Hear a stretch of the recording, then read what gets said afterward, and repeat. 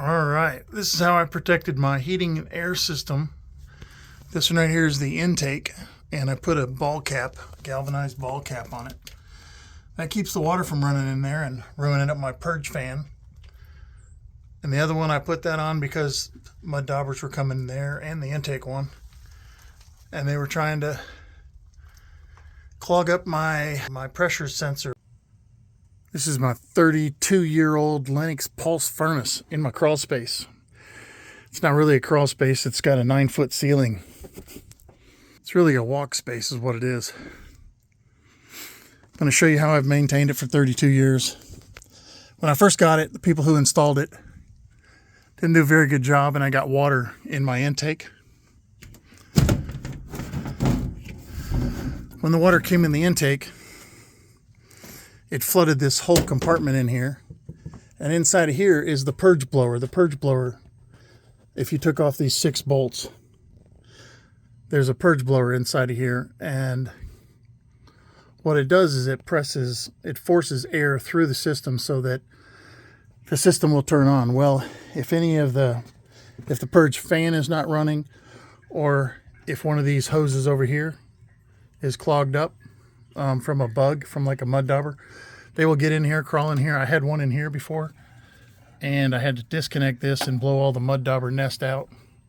That's why I put the screen on the outside on the intake and the exhaust. You'll notice this one right here is the exhaust one. So this has a dual sensor. It has a sensor for the exhaust and the intake. So it should be suctioning on here, and it should have pressurized on here if the purge fan is blowing. Another problem I had with this is you'll notice there is a light and it is not on. And the reason it's not on is because it's actually working. But if you were to read this, it would tell you about your ignition. And if your ignition is bad, the light will come on. It tells you then to turn off your system, turn it back on if the light stays lit, to replace this module. So I had this done under, warranty, but they didn't want to honor it because I told them I wanted the part. Just give me the part, because all I had to do was unplug that group of wire right there, unscrew 2 screws, that screw right there, and the screw up here, and then I could have replaced it, and then unplug the ignition coil wire right here. And they wanted to charge me to do that, even though it was under warranty.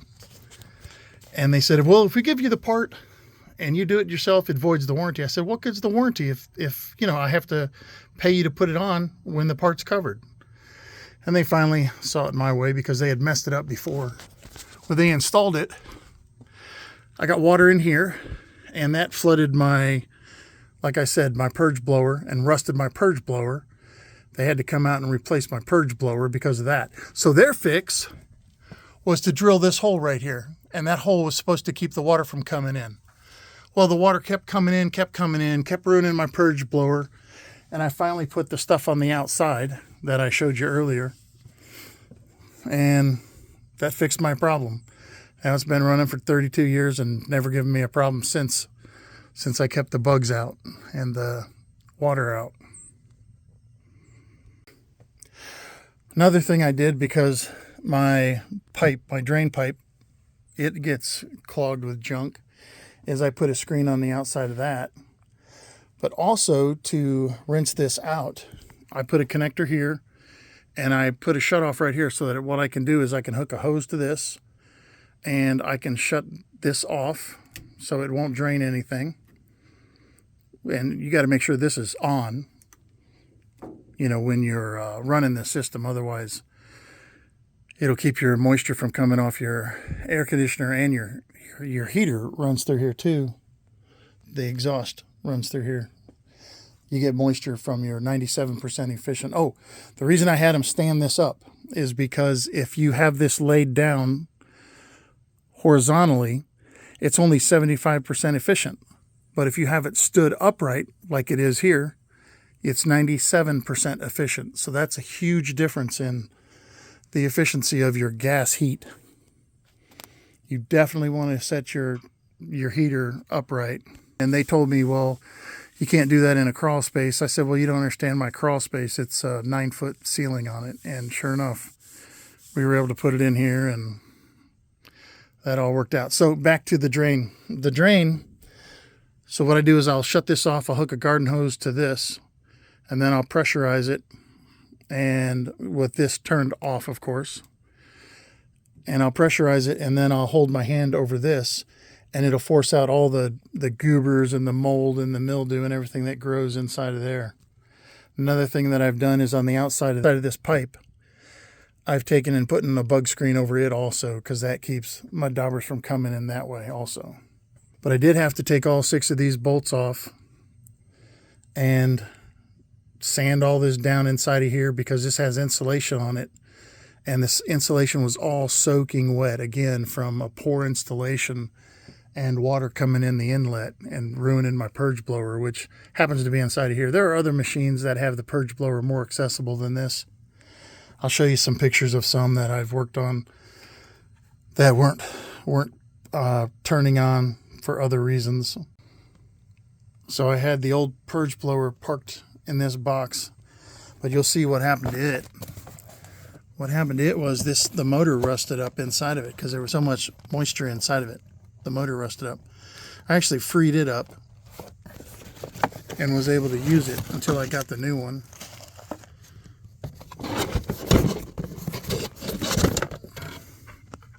So the motor had frozen up, and this wouldn't even spin because of all the moisture that was in it over a season of... I didn't use it because it was summertime, obviously. But when that froze up, it kept my blower from running.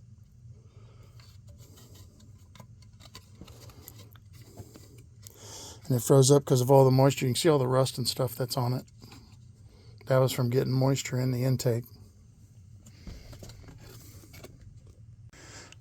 Another reason your furnace won't come on, sometimes there'll be a little tiny, well, a micro switch that tells you whether your door is shut or not. So look around and make sure there's not a micro switch somewhere that tells you your door is shut correctly. Because if it's got one of those and the door's not on correctly, then your system won't come on, because it says, oh, the door's open, somebody's servicing it. But also your unit should have some kind of a shut-off. Mine happens to be right there by the light. That does not operate the light switch. That actually turns off the power to the furnace. You'll want to look for that too. Other problems you can have is this fan right here is not running, doing the purge, or you could get a mud dauber, something in this hose right here, and it won't activate the suction sensor, the pressure sensor from the purge valve running. Because there's got to be positive pressure or negative pressure on this, depending on how it's set up. This one is a negative pressure because it's a suction feed. You want to make sure that your gas is on. Obviously this one is, because it's running now. Well, I wish I would have recorded this and shown you, but this snake was stuck underneath the 110 volts. The line right there, and shorten it out. After I pulled this out, heater worked just fine. Hope you guys find this video helpful. You guys have a great day.